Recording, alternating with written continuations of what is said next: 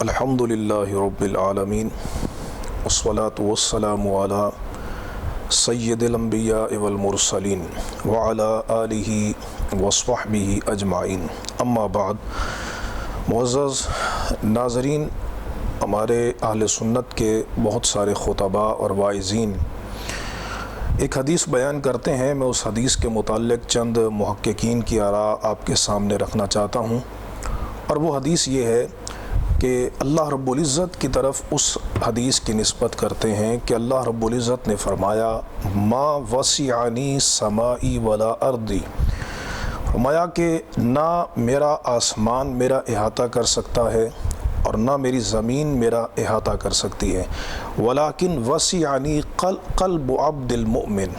لیکن میرے مومن بندے کا دل میرا احاطہ کر لیتا ہے۔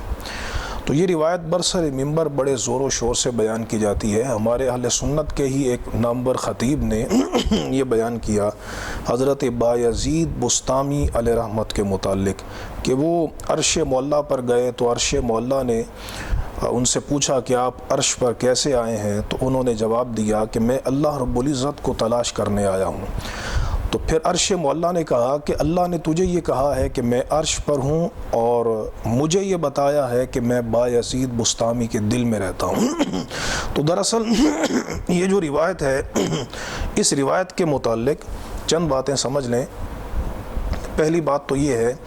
کہ اس روایت کا کتب احادیث کے اندر دور دور تک وجود نہیں ہے، اور اس روایت کی کوئی سند بھی نہیں، اور بعض علماء نے یہ کہا ہے کہ یہ اسرائیلی روایت ہے، اور کچھ محققین نے یہ بات بیان کی ہے کہ یہ اس کو ملحدین نے گھڑا ہے اور اللہ تبارک و تعالیٰ کی طرف منسوب کیا ہے۔ اگر اسرائیلی روایت میں اس کا کچھ وجود تسلیم کیا جائے تو اس صورت میں اس کا معنی یہ ہوگا کہ مومن کے دل میں میری محبت سماتی ہے، میرا ایمان سماتا ہے، میری معرفت سماتی ہے۔ اگر کوئی یہ سمجھتا ہے کہ مومن کے دل میں خود اللہ رب العزت کی ذات سماتی ہے تو یہ تو حلول کا عقیدہ ہے اور یہ کفر ہے،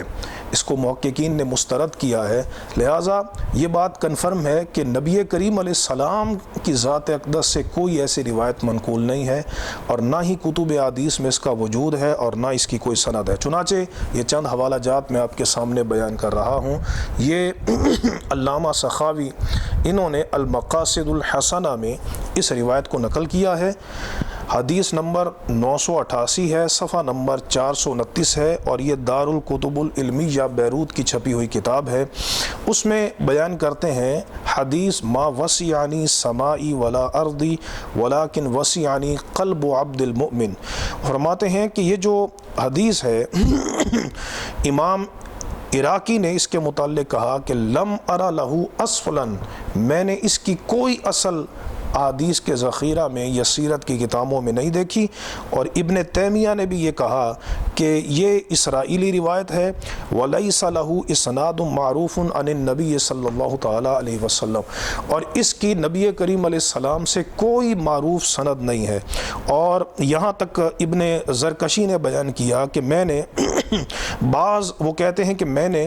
بعض اہل علم کو سنا ہے کہ یہ جو حدیث ہے حدیث باطل،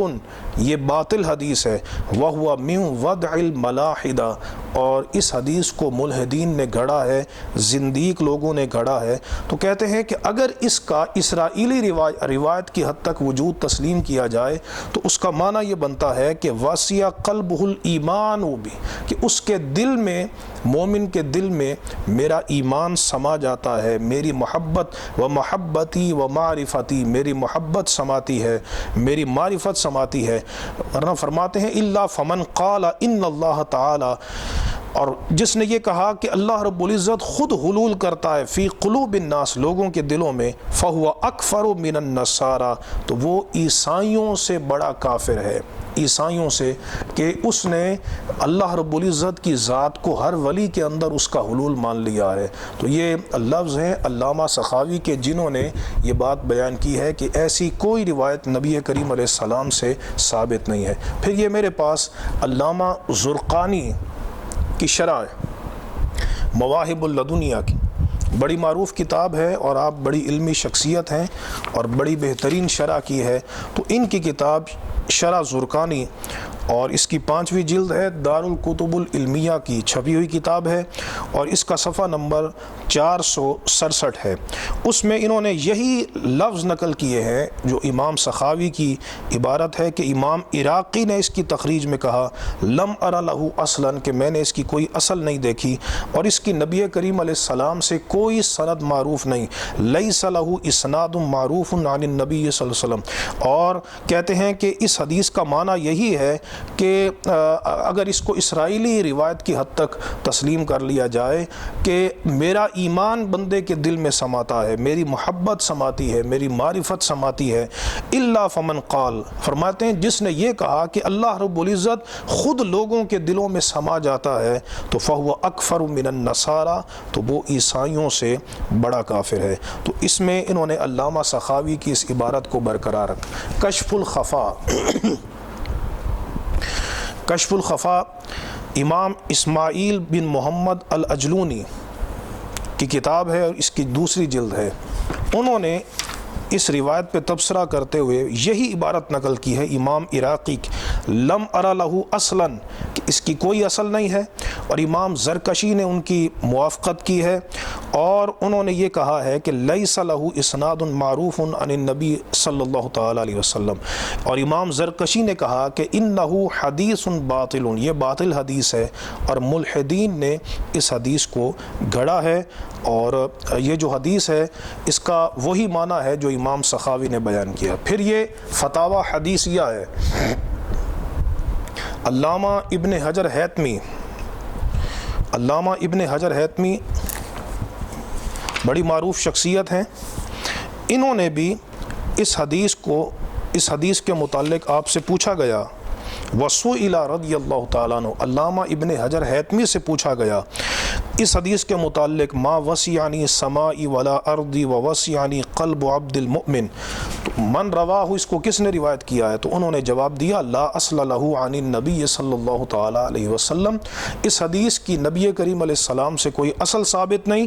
انما ہوا مذکور فی الاسرائیلیات، یہ اسرائیلی روایت ہے، اور امام زرکشی نے کہا ہوا حدیث باطل، کہ یہ باطل حدیث ہے، من وضع الملاحدہ، اور ملحدین نے اس روایت کو گھڑا ہے، ملحدین نے، اور اللہ رب العزت کی طرف منسوب کیا ہے، لہٰذا محراب و منبر پر اس روایت کو بیان کرنے سے اعتراض کرنا چاہیے، خصوصاً اس روایت کی نسبت نبی کریم علیہ السلام کی طرف کرنا حرام ہے، اکبر الکبائر ہے، یہ موضوع روایت ہے، من گھڑت روایت ہے، اور جس انداز میں ہمارے خطباء بیان کرتے ہیں اس انداز میں اس کو بیان کرنا جائز نہیں۔ اللہ تبارک و تعالی حق اور سچ کی سمجھ عطا فرمائے۔